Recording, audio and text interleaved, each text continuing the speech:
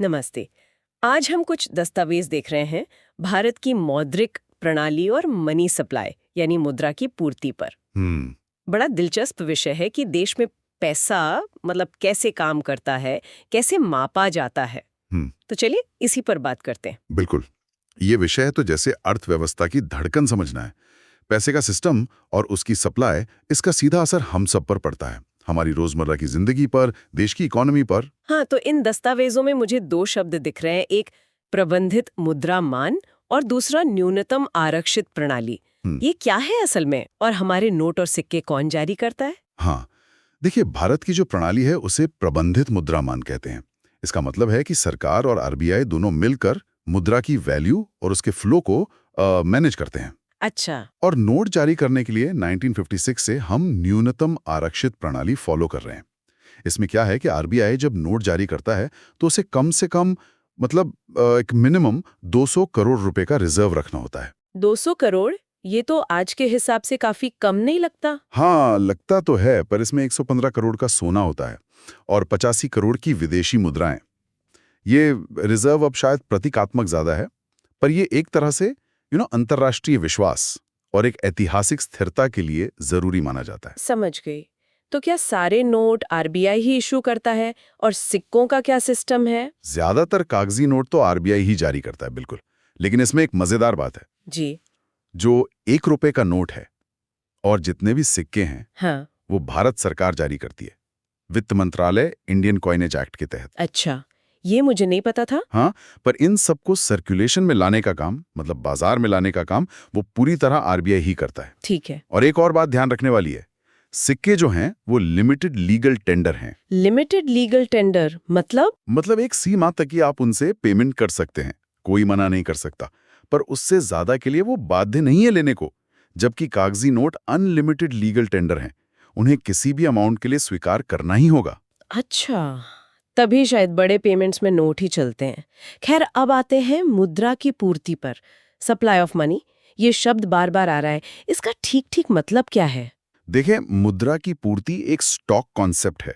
Stock मतलब किसी एक पॉइंट ऑफ टाइम पर देश की जनता के पास टोटल कितनी मुद्रा है। जनता मतलब हम लोग? हाँ, जनता मतलब मुद्रा का इस्तेमाल करने वाले, आम लोग, बिजनेस फर्म्स। इसमें मुद्रा बनाने वाले नहीं आते, जैसे आरबीआई या कमर्शियल बैंक, उनको नहीं गिनते। तो बैंक के पास जो पैसा है वो नहीं गिना जाएगा? बैंकों के वॉल्ट में जो पैसा है वो नहीं, लेकिन जो पैसा जनता का बैंकों में जमा है वो गिना जाएगा। तो सीधे शब्दों में कहें तो मुद्रा की पूर्ति हुई इज इक्वल टू जनता के पास जो करेंसी है, मतलब नोट और सिक्के, प्लस बैंकों में जनता की जो मांग जमा है, मतलब डिमांड डिपॉजिट्स। डिमांड डिपॉजिट्स, जैसे सेविंग और करंट अकाउंट का पैसा। बिल्कुल, जिसे आप कभी भी निकाल सकते हैं। तो ये बेसिकली इकोनॉमी में मौजूद पैसे का एक स्नैपशॉट है किसी खास दिन पर। ठीक है, ये क्लियर हुआ। अब इन दस्तावेजों में M1, M2, M3 और M4 ऐसे कुछ मेजर्स की बात भी है, मुद्रा पूर्ति के माप। इनमें कौन से सबसे ज्यादा जरूरी हैं? हाँ, ये बड़े महत्वपूर्ण माप है। ये बताते हैं कि अर्थव्यवस्था में पैसा कितना तरल है, मतलब कितनी आसानी से खर्च हो सकता है। वैसे तो चारों ही माप हैं, पर M1 और M3 सबसे ज्यादा इस्तेमाल होते हैं और पॉलिसी बनाने के लिए काफी अहम माने जाते हैं। तो M1 क्या है? इसे संकीर्ण मुद्रा कहा गया है। हाँ, मतलब M1 नैरो मनी, ये सबसे लिक्विड फॉर्म है पैसे का। वो पैसा जो लगभग तुरंत खर्च के लिए रेडी है।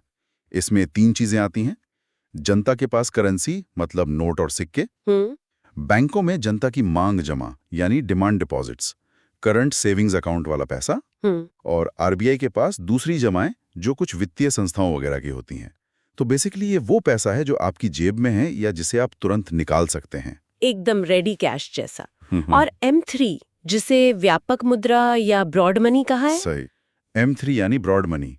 इसे कुल मौद्रिक साधन भी कहते हैं। इसमें M1 वाली सारी चीजें तो हैं ही, हाँ। उसके साथ साथ बैंकों के पास जनता की जो सावधि जमा है, मतलब टाइम डिपॉजिट्स या फिक्स डिपॉजिट्स, वो भी जुड़ जाती हैं।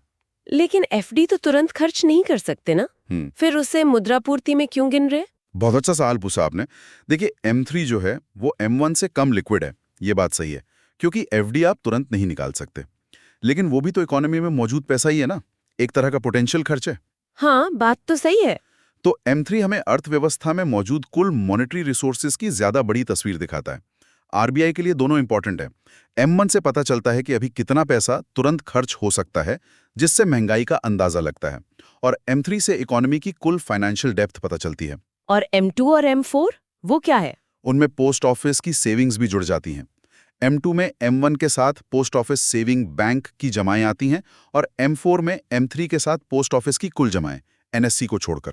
पर आमतौर पर इकोनॉमी के विश्लेषण में M1 और M3 पर ही ज्यादा फोकस रहता है। ठीक है, तो हमने समझा कि भारत में प्रबंधित मुद्रामान और न्यूनतम आरक्षित प्रणाली है। नोट आरबीआई छापता है ज्यादातर, सिक्के सरकार, पर सर्कुलेशन आरबीआई देखता है। और मनी सप्लाई को M1 यानी नैरो मनी और M3 यानी ब्रॉड मनी से मापते हैं।